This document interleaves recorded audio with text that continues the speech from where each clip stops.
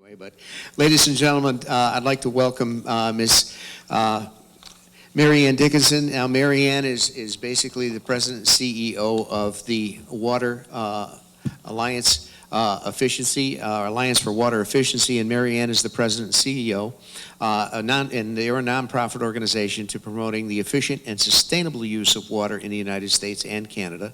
And based in Chicago, the Alliance works with nearly 400 water utilities, water conservation professionals in business and industry, planners, regulators, consumers. And in 2014, the Alliance won the U.S. Water Prize in the nonprofit category for its work. And Marianne is also the executive director of the California Water Efficiency Partnership, which is a chapter of the Alliance based in Sacramento. And she has over 40 years of experience in the water resources, and I can attest to that, okay? And is a graduate of the University of Connecticut, go UConn, okay? And Marianne has presented numerous papers on water conservation internationally and all across the United States, and she just flew in from Washington, D.C. yesterday. She had to speak to the Congress there yesterday, and she's here today. Welcome, Marianne. Thank you. And with helping Marianne out today is a man that's a new face to our committee and so forth, Mr. Dwight Merriam. He is a lawyer and a land use planner in Simsbury, and is a fellow in the American College of Real Estate Lawyers, a fellow and past president of the American Institute of Certified Planners, and past chair of the ABA section of the state and local government laws. And he has published over 200 articles and 13 books, including co-editing the Trustees Ratkoff, The Law of Zoning and Planning, UMass BA. He has a BA in Cum Laude from UNC, MRP, and Yale. He's a Juris Doctorate. And he has reached, he can be reached through his website, of dwightmerriam.com, and also he is the president of the Rivers Alliance. So welcome, Dwight. Dwight and I use the same barber, by the way, you know, so anyway. 5 minutes. There you go. It's a number 1.5, you know, as far as that goes. So Marianne is, again, she's been participating every month. We meet with our sustainable committee, you know, every 4 weeks and 6 weeks, and Marianne calls in faithfully, as well as Amy, and she doesn't have to do that, and I applaud her. She gets here on her own dime, okay, and I can't say how much I appreciate that. Ladies and gentlemen, Marianne Dickinson. Wow, what an introduction. I think many of you know that I started my water conservation career here in Connecticut. When the people out west say, oh, you know, it's just a Western water issue, it really isn't. I mean, when we had our drought in the late 80s in Connecticut, reservoirs were down at around 25% of the capacity. Governor O'Neill declared a state of emergency, and there were bills passed requiring water utilities to do water conservation programs. So Connecticut, through the committee that Dave now chairs, we put together a statewide program with 63 utilities that all participated. We did it through the Connecticut section of AWWA, and lo and behold, to our surprise, we found we were the first state in the country to do a statewide water conservation program in rainy New England. So there are lots of good reasons for this to occur. You've been hearing about it all morning. And now we're going to talk about water neutral development, which is hard to talk about in a wet year like we have now. But as Lori said, that's when it's a good time to plan. And this morning you heard about flow-limited streams, you heard about over-allocated basins, you heard about groundwater over-pumping, you saw Amy's picture of the Ipswich River, which runs dry in the summer because of backyard irrigation watering, you know, in that watershed. You've also heard about safe yield reductions that are going to occur. All of those things are going to impact the local level. And Lori had mentioned, you know, the small towns, the growth in the small towns. How do you accommodate that growth when you've got fixed supplies and every increment of new supply is going to cost the town money? So that's what we're going to talk about now, how you accommodate those constraints through a program that would require that new development be water neutral. And Dwight's here, as you'll see in the presentation, because he was part of our project. You know, knowing of his land use expertise, we recruited him to be part of this national effort. So just to set the stage for the problem, you know, there are many cities in North America that are challenged to meet their water supply growth targets or consumer demands for water going forward. You know, as they ask their customers to conserve with watering restrictions, the customers then see new development that's going in, that's using presumably the water that they're conserving. It's not a good political situation. So as more of the droughts and shortages and imbalance between supply and demand occur, we're seeing that communities can't really accommodate growth as they need to going forward to, say, 2050. Communities are starting to talk about net zero, so why aren't they starting to talk about net water? So this is an issue we wanted to address.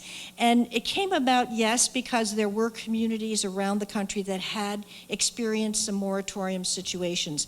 I was on a water board in Connecticut. I was on a water board in California, Community Water Services Board, and we ended up in a drought situation that was so bad we had to actually put a moratorium on single-family connection permits. I mean, there are times when suddenly you just can't grow anymore until you figure out what your next supply strategy is, and that takes years to do. So there have been communities all around the country that have been facing this kind of situation.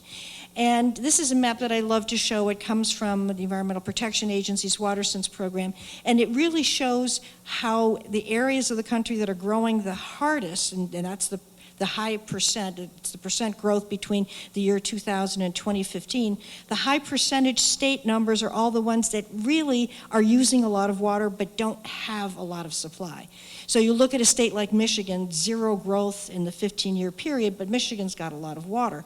You look at New England, very modest growth, but you look out west where water use is very high, and that's where water development and population growth is occurring. So the difficulty here is that as that continues, there's going to be stresses from a land use perspective on how to supply that water. And what we're looking at is regular residential development. We're looking at subdivisions as well as commercial development. How much water are they all going to be using in the future? How does a community plan for that? So one of the issues that we wanted to explore was the issue of water offsets. Offsets have been used very productively in other resource areas. I think air offsets have been around for probably 35, 40 years. So water offsets are a possibility as well.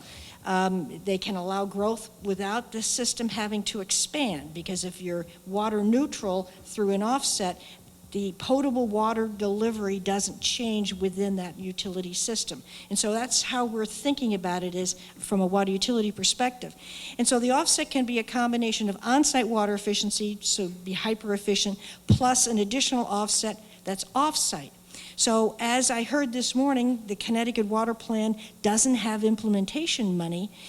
One of the ways that the conservation activities can be funded is through a water neutral development offset, where the developer is responsible for the offsets either directly or through a fund that they contribute to in the community.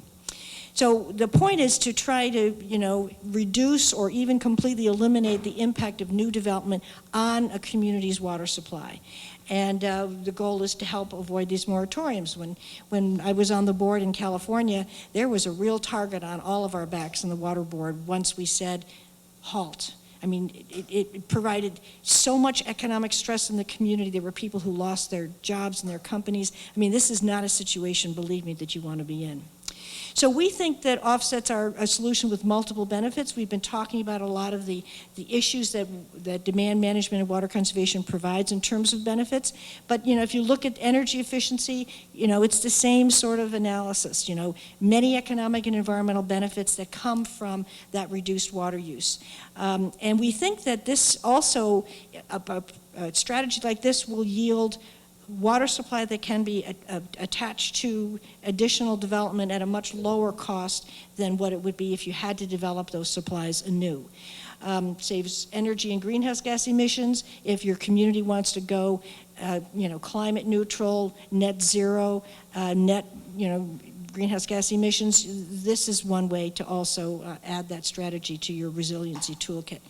And it's at the local level, so it's bottom up. It's not imposed from the top, from the state. It's a local planning ordinance that comes from the community. So how did we start this project? Why would the Alliance for Water Efficiency want to do something like this? Well, having worked with Dwight in the past when I was here in Connecticut on land use issues and coastal management and other areas, I was acutely aware of the intersection between water and land use and how it wasn't really very effectively explored for water efficiency. So the first step we wanted to do was see where it might have actually taken place. What are the communities around the country that might have already attempted this? We wanted to take a look at what their ordinances looked like. We wanted to design something based on those lessons learned that would be a national framework for how it could be adopted by local communities, in a way that could be a customized ordinance. And then we wanted to develop free tools that we could make available to communities to have this happen. An ordinance, a toolkit for how you calculate the offsets and enforce them, all of those pieces that are necessary to make this happen. So in the results of our report, we actually published a report on the 13 communities around the country that were doing offsets. And those offsets didn't just occur in California and the West. I mean, we were looking at communities in New England as well that actually had adopted a form of offset ordinance. So again, we looked at their terminology, their effectiveness, what the lessons learned that they provided to us that we wanted to share. And again, it was the input into our development process. So you can see by the stars where they occurred, basically on the East Coast and also on the West Coast, with Santa Fe being the one in the middle that was really a very important example. Santa Fe has a very clear water offset ordinance, and we took a very strong look at that. So we developed a program, we called it Net Blue rather than Net Zero, because we didn't want to create the impression that any of this development would be off-grid.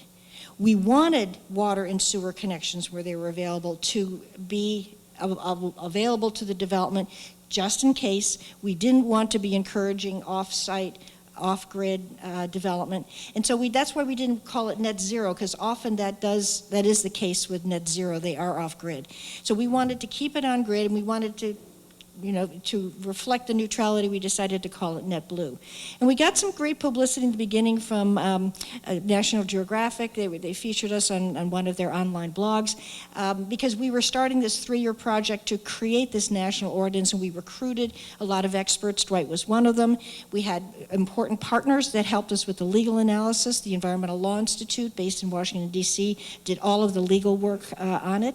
And we had a lot of funders that helped us put the project together. And then we have 7 partner cities that worked with us. And again, these partner cities are stretched across the United States. In New England, we had Acton, Massachusetts, who is actively looking at whether or not this water neutral development ordinance will be something they should adopt. They've got some water supply constraints in Acton. So we had a New England example. We had Cobb County in Georgia. We had Madison, Wisconsin, also facing a growth constraint. We had Austin, Texas. Again, we had Santa Fe and then Albuquerque. And then we have Bozeman, Montana, also part of the pilot project, and then the San Francisco Bay Area. So these were cities who were advising us on what was acceptable and not acceptable, what they thought were good implementable strategies for the ordinance. So they provided us some very good advice. And then we assembled, as I mentioned, an advisory committee of experts in the field. And we picked experts in all kinds of categories. City category, environmental attorney, developer attorney. We categorized Dwight in the developer attorney box because we knew we needed help in getting the developer community engaged and hopefully calming them down that this wasn't going to be outrageous in terms of a requirement. We needed Dwight's input in the development of the ordinance, and now we're going to need Dwight's input in the rollout. So we're actually doing a project in Bozeman, Montana right now, and Dwight's part of the team. So we launched it all in 2017. made available a whole suite of tools, and here's what's in the toolkit. We've got a model ordinance, which is a worksheet. I'll show you what it looks like. There's a user guide to that model ordinance. Then we have 3 different ordinance examples. I think I'm only going to show you one. Then there's an offset methodology spreadsheet workbook where you can calculate what the offsets would look like. And then there's a user guide to that. And then we have, again, 3 examples of the offsets that match the 3 examples for the ordinance. So you see how they fit together. And then we have a suite of outreach materials. All of this is available to you free of charge, including support from us if you want to go down that path. So to just quickly go through this, the model ordinance worksheet, we call it a worksheet because it's not just a Word document that you just plug and play. This is an opportunity to tailor this ordinance according to the planning needs in your community. So it can accommodate a variety of settings in terms of governmental entities. Some parts of the country do county planning ordinances. Of course, we don't do that here in Connecticut, but there's flexibility in the ordinance to accommodate various government models, various resource constraints, various different enabling laws at the local level, and we'll show you how that can be customized. So it's intended to help users as they go through, the planners in particular, think about the critical issues in planning in the community so that they identify that for the ordinance. So here's a list of all the different parts and organization of the ordinance. It's lots of different sections. It sets up the legal framework, has all the necessary pieces for how you would do a local ordinance. And I gather there's going to be a panel later on adopting small town ordinances. So this is an example of the structure of what something like that would look like. And when I said it's customizable, what we designed in this ordinance was the ability to check what you wanted. So you can see, this is a sample page from the ordinance, and you see these little check boxes. And you can check what you'd like to include in your ordinance, and then after you've made the selection and gone through, you see this little button at the bottom that says press me, and then it produces a Word document for you that's exactly what you wanted.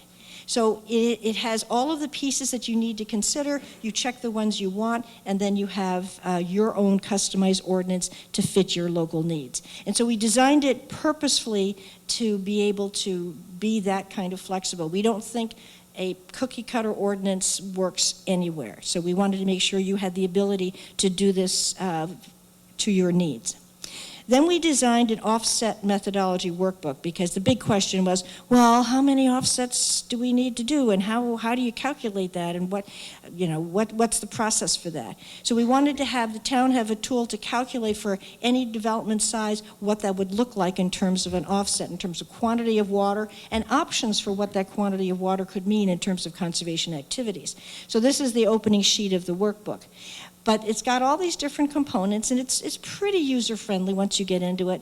It basically asks whatever the development application says is going to be the new demand for the project, and then it goes through what the strategies are that could offset that demand, and you select the ones you want for water conservation. There's also a rainwater harvesting calculator and a stormwater capture calculator if those resources are going to be used to offset the demand, if those resources are going to be used to offset, for example, irrigation, both on-site as well as off-site on another property. And then it compiles it into a worksheet, and then there are supplemental resources, like, for example, how many high-flow toilets do you still have left in your service area, those kinds of assistance. So here's, and I don't mean for you to read this, but this shows the worksheet where you plug in the information at the top, and then there's a whole list of conservation activities that you can choose, and then it'll bring the calculations will bring out what it is in terms of an equivalent offset.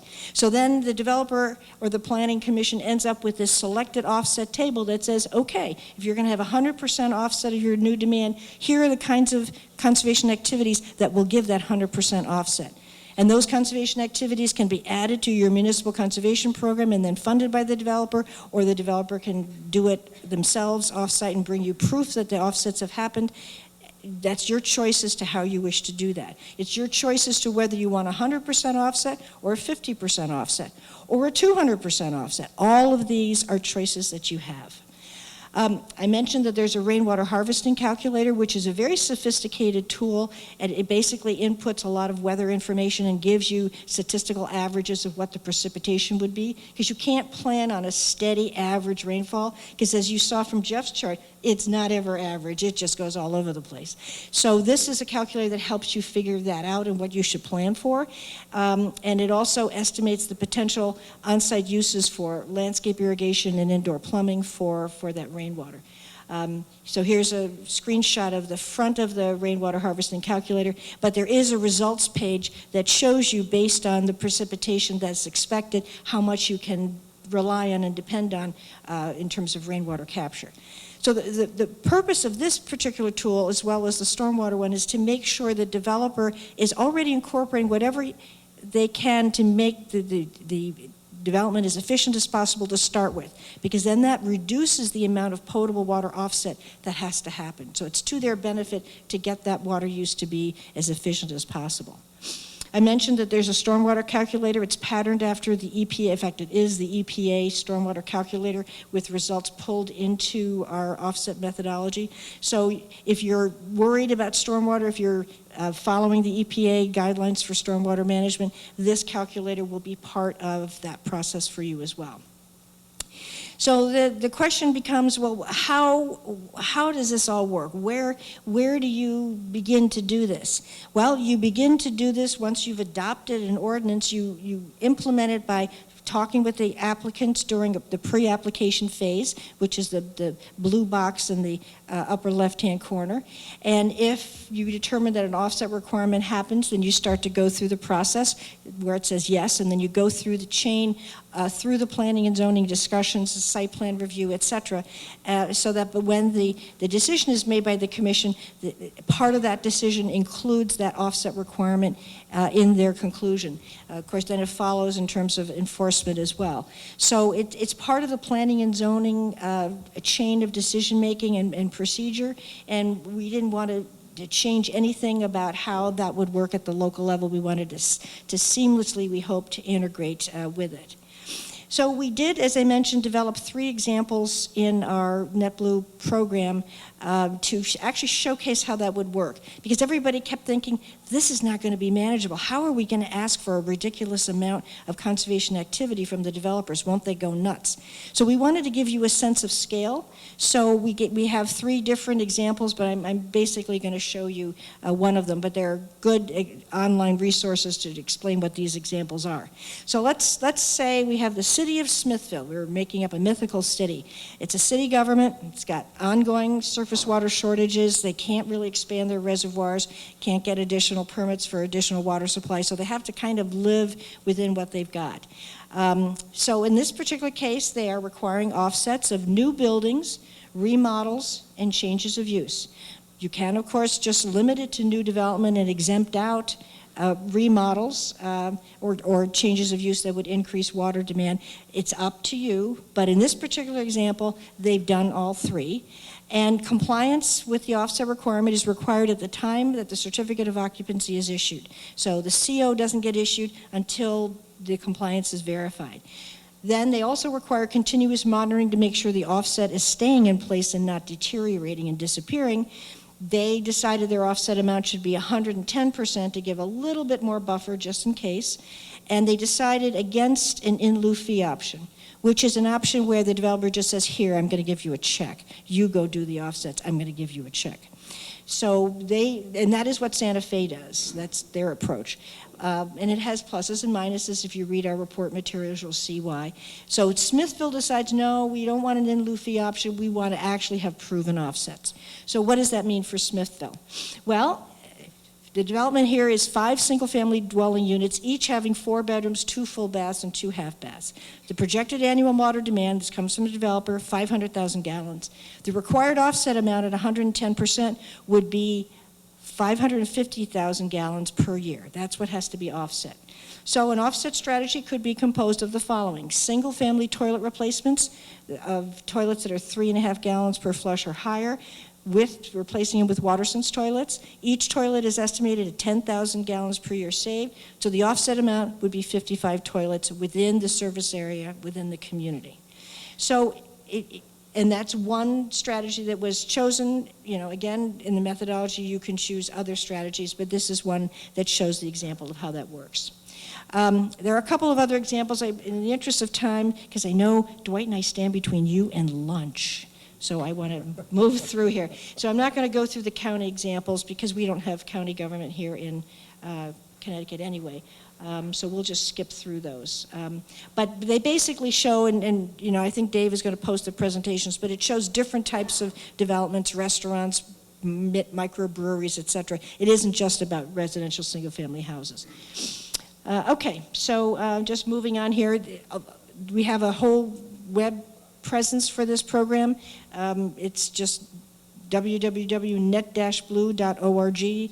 And you can sign up to get all these materials free of charge. There's also outreach materials, which include a fact sheet, frequently asked questions, and other materials that will help you sell it within the community. And of course, you can call us. Dave knows I'm a sucker for coming to Connecticut any chance I get. You can always call us to come and help support you in your planning and zoning efforts.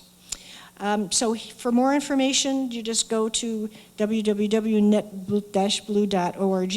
If you're a member of the Alliance for Water Efficiency, and I hope you all will consider joining us, it's also integrated into our main Alliance website, which has lots of great information. Thank you, Amy, for the shout out about our landscape transformation study. But we have lots of information to help you in designing your programs. One of the things I became acutely aware of as I was working at Regional Water in New Haven and then in California for the Metropolitan Water District is that utilities need uniformly consistent and appropriate technical assistance. They need to know what research works. They don't want to invest in programs that don't have a proven track record.